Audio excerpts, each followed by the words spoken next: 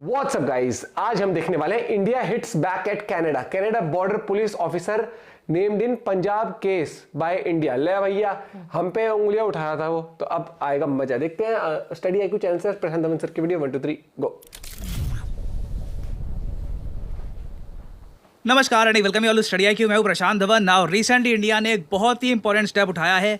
Canadian police border police official को openly कहा है कि ये आदमी भारत में आतंकवाद फैला रहा है। ये आप कह सकते हैं एक शुरुआत है कि इंडिया कनाडा रिलेशंस अभी कितने खराब होंगे आने वाले भविष्य में। वैसे मैं आपको ऑलरेडी बता दूं, हाल ही में जस्टिन ट्रूडो सरकार के अंडर जो कनाडा की विदेश मंत्री आज के समय मिनिस्टर जॉली, इन्होंने मीडिया के सामने आकर ये भी कह दिया कि अभी के लिए जो इंडियन डिप्लोमेट्स और हाई कमिश्नर इनके हिसाब से इन्होंने निकाले हैं। बाय द वे, हमारा वर्जन यहाँ पर यह है कि हमने अपने डिप्लोमेट्स, अपने हाई कमिश्नर को वापस बुलाया है। कनेडियन जो राजदूत थे भारत में, इनको बाहर निकाल दिया है। इस सब के बियॉन्ड जब कनाडा के विदेश मंत्रालय से पूछा गया कि भारत के जो बाकी डिप्लोमेट्स अभी भी कनाडा में काम कर रहे हैं वीजा के लिए और काम के लिए, क्या उनको भी निकाल दोगे? उसके जवाब में इन्होंने कहा they are on notice, they are clearly on notice. कोई बड़ी बात नहीं है कि उनको भी निकाल दे। उस पर्टिकुलर केस में ऑब्वियसली इंडिया कनाडा में जो ओवरऑल लोग जाते हैं वीज़ा वगैरह का प्रोसेस, ये भी बहुत मुश्किल हो सकता है। और सबसे ज़्यादा अजीब बात देखिए यहाँ पर यह है कि कनाडा की विदेश मंत्री ने ओपनली भारत को कंपेयर कर दिया रशिया से। इन्होंने ये कहा कि जो रशिया कर रहा है आज के समय जर्मनी में, यहाँ पे आप देख पाओगे what Russia has done in Germany, वैसा भारत कनाडा में नहीं कर सकता। अब यहाँ पे आप कहोगे वेट, रशिया ने जर्मनी में क्या किया है? ऑनेस्टली मुझे यकीन नहीं होता कि ये इंडिया रशिया के साथ सेम ट्रिक का यूज़ कर रहे हैं। मैं आपको एक केस के बारे में बताता हूँ।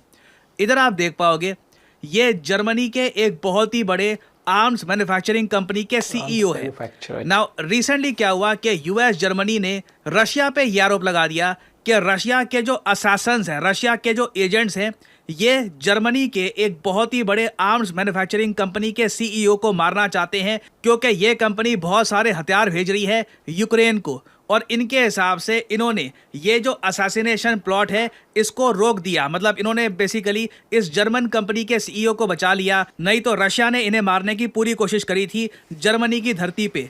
सेम आरोप जो इंडिया पे लगे हैं, उसी का एक अलग वर्जन रशिया पे लगाया जा रहा है। आप समझ सकते हैं, जब रशिया से पूछा गया कि आप क्या ऐसा कुछ कर रहे हैं, जो ये कंपनी है राइन मेटल, क्या इसके जो सीईओ हैं इनको आपने मारने की कोशिश करी थी? रशिया ने कहा कि हमें पता नहीं आदमी कौन है और हम इसको मारने की भी कोशिश क्यों करेंगे। और सीधी सी बात है, एक डिफेंस कंपनी के सीईओ को मारने से क्या जो हथियार यूक्रेन को जाने हैं वो नहीं जाएंगे? वो तो जाने ही है ऑब्वियसली। सीईओ को मारने से क्या होगा? तो सेम केस यहाँ पे है। बट कनाडा ने रशिया के साथ इंडिया को कंपेयर कर दिया। और याद रखिएगा, G7 कंट्रीज का एक बहुत बड़ा एनिमी देश है रशिया।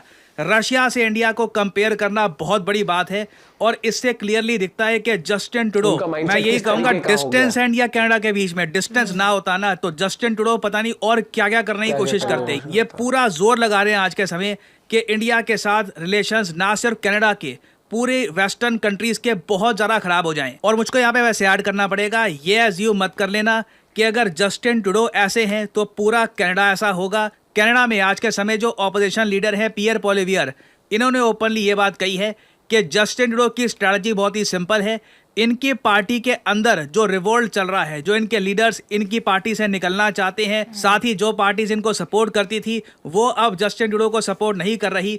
इस सब से ध्यान भटकाने के लिए ये इंडिया को टारगेट कर रहे हैं। ये बहुत ज़्यादा खराब एग्जाम्पल सेट किया जा रहा है कि एक फॉरेन कंट्री, एक इंपॉर्टेंट कंट्री, उसको टारगेट किया जाए डोमेस्टिक पॉलिटिक्स गेन के लिए। खैर, ये सब तो कनाडा कर रहा है। ऑब्वियसली हमें कहीं ना कहीं जवाब देना था, क्योंकि इंडिया के पास देखिए जो ओवरऑल बेस है, जो हमारे पास फैक्ट्स हैं, वो बहुत स्ट्रांग है। प्रॉब्लम थोड़ी यही है कि हमारा मीडिया इतना इंटरनेशनल नहीं है, तो हमारी आवाज़ इंटरनेशनली इतनी पहुंचती नहीं है। अमेरिकन मीडिया हमारा साथ नहीं दे रहा। अमेरिकन मीडिया बहुत ज़्यादा प्रो कनाडा हो चुका है इस वक्त। बट इंडिया ने ओपनली ये बात बोली है कि कनाडा में देखिए कई क्रिमिनल एक्टिविटी से जुड़े हुए लोग जा चुके हैं। ये इंडिया में ये लोग मोस्ट वांटेड हैं।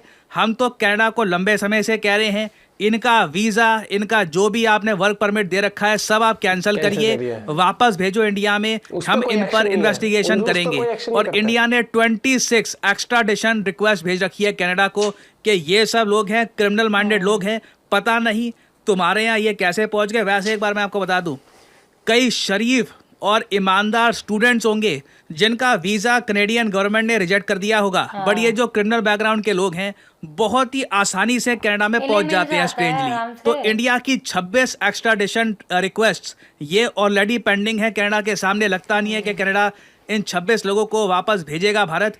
अब इंडिया ने यहाँ पर एक स्टेप आगे और बढ़ के एक इंडिविजुअल का नाम लिया है और ये कहा है कि एक आदमी है संदीप सिंह सांधू।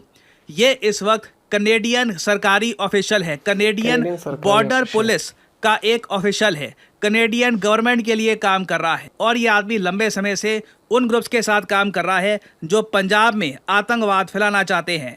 और इधर आप देख पाओगे ये जो इन्फोग्राफिक है ये आज के समय सोशल मीडिया पे वायरल हो चुका है। यहाँ पे आप देख पाओगे लिखा है संदीप सिंह सांधू, इसकी डेट ऑफ बर्थ, और नीचे यहाँ पर लिखा है संदीप सिंह सांधू उर्फ सन्नी, इसको सन्नी भी कहा जाता है काफी बार, has emerged as a significant entity involved in promoting terrorist activities in Punjab.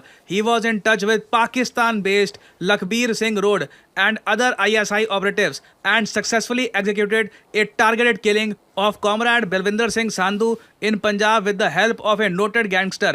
तो ये आदमी गैंगस्टर के साथ मिलकर, देखो हम यहाँ पर ये नहीं कह रहे कि बस दूर से कई फाइनेंसिंग कर रहा है आतंकवादी हमले की, जिस तरीके से आरोप लगा रहा है कनाडा, कुछ हद तक यूएस ने भी आरोप ऐसे लगाए हैं कि आप तो देखिए हमारे देश में लोगों को असैसिनेट करवाते हो अपने लोगों से, सेम चीज यहाँ पर कनाडा कर रहा है। और ये आदमी आज के समय कनेडियन बॉर्डर पुलिस फोर्स का ऑफिशियल भी है। तो देखिए इंडिया ये इशू रेस करेगा, अभी प्रॉपरली ये इशू प्रॉपरली रेस किया जाएगा। अभी तो एनआईए ने ये बात सुप्रीम कोर्ट को बताई है, फ्यूचर में आप देखोगे कोई बड़ी बात नहीं है, जयशंकर साहब भी ये इशू रेस करे। और मैं अभी भी सोच रहा हूँ कि 2025 में जब G7 समिट कनाडा होस्ट करेगा, जो एक लंबे समय से प्रोसेस चल रहा था G7 कंट्रीज और इंडिया के बीच में तालमेल बढ़ाने का, इंडिया हमेशा G7 का एक स्पेशल गेस्ट मेंबर बन के विजिट करता रहा होस्ट कंट्री को। इस बार 2025 में इंडिया कैसे जाएगा इस समिट में, कनाडा किस तरीके से इंडिया को इन्वाइट करेगा, this will be very interesting to see. Personally मेरा मानना यही है कि इंडिया को आने वाला G7 समिट बिल्कुल बॉयकॉट कर देना चाहिए, ये बोल कर कि हम ये कर रहे हैं क्योंकि कनाडा इस बार का G7 समिट होस्ट कर रहा है। बट अभी देखिए मैं आपको बता रहा हूँ, जिस तरीके से इंडिया को कंपेयर किया जा रहा है विद रशिया और दुनिया भर के आरोप इंडिया पे लगाए जा रहे हैं, कनाडा लगता नहीं है कि ये इशू यहीं पर बंद करेगा। कनेडियन मिनिस्टर्स इस वक्त एक्सप्लोर कर रहे हैं पॉसिबिलिटी के भारत पे किस टाइप के सैंक्शंस ये लगा सकते हैं। उससे रिलेटेड कुछ डेवलपमेंट्स आती हैं, अपडेट्स आती हैं, तो मैं आपके लिए बाद में वीडियो ले आऊंगा। और फाइनली आपसे मैं यहाँ पर एक सवाल पूछूंगा, देखिए अपना भट्टा बिठाएंगे और ये चाहते हैं, लेकिन क्योंकि इनको लगता है इनके ऊपर यूएसए की कृपा है ना, तो कुछ भी कर लो, कुछ भी, हाँ। एक हद तक की कृपा कर सकते हो, एंड कुछ ना कुछ तो तुम्हें इंडिया से भी जरूरत पड़ती है, ठीक है। और क्योंकि जितनी तुम्हारी आबादी है, तुम अकेले तो तुम कुछ कर नहीं सकते उस तरीके से, ठीक है। और प्लस वहां पर क्या है कि खुद भी वहां के लोगों से पूछोगे ना, तो वहां पर भी कहेंगे कि बिना बात का बतंगड़ बनाया जा रहा है इंसान, सबूत पेश करता नहीं है हर एक चीज। उसके बाद फिर ये वाली बात पे आती है कि अगर आप इल्जाम लगा रहे हो, ठीक है चलो आपने लगा दिया इल्जाम, लेकिन आप सबसे पहले ये बताओ कि जिन के ऊपर इंडिया ने ऑलरेडी केस करा हुआ है, हमने मांगा हुआ है वापस, उनको आप वापस क्यों नहीं करते हो? इतनी आप दूध के धुले हो तो। और जितने सारे लोगों का रिकॉर्ड खराब है उनको भी तुम लेके बैठे हो वहां पर, कि जो इनको ये नहीं समझ आती, तुम्हारे देश के खिलाफ सीधा पन्नू सीधा उड़ाने की बात करता है, फ्लाइट फ्लूट ये सब, उसके ऊपर तुम नहीं करते। तुम्हारे देश के ऊपर कोई बैठ के कहीं भी बोल देना, तुम तो बंदूक सब लेके अमेरिका पहुंच जाता है वहां पर। थोड़ा किरबान में झांको, नहीं झांक पा रहे तो वो बाइनोकुलर्स मंगा लो, थोड़ा वो कहते हैं ना क्या फोकस हो नहीं पा रहा है इनसे, फोकस वही वाली बात है। इनको बस एक मुद्दा मिला, उसको तो अपनी सरकार चमकानी है, उसको तो वो लास्ट ईयर भी उसका ये सब अपने सपोर्ट के लिए, उसको खुश करने के लिए, क्योंकि उसने सपोर्ट छीन लिया ना, और कल को वो मेजर खालिस्तानी सपोर्टर पाकिस्तान में होता है ना, जब वो तालिबान वाला वो होता है, बाद में उन्हीं के उसका ये पता लगे ना कि दोबारा आने के लिए उसको उसकी जरूरत पड़ेगी, इसलिए खुश कर लेते हैं, कर ले भाई, ले ले मैं जब तक ले सकता है, हमें कोई फर्क नहीं पड़ता, तेरी सरकार 10 बार है 15 बार है, हमें फर्क नहीं पड़ता। हमारे यहाँ के बच्चे पढ़ने वाले हैं ना, उनको जरूरत नहीं कनाडा की, उनके ऑस्ट्रेलिया बहुत से 36 ऑप्शंस है। अपनी दुनिया खुश रखी हो, ज्यादा जमीन है तेरे पास, वहां अपना वो करियो, क्या बोलते हैं, जमीन पे स्विमिंग करियो। पर मिलते हैं वीडियो के साथ, बाय बाय, टेक केयर।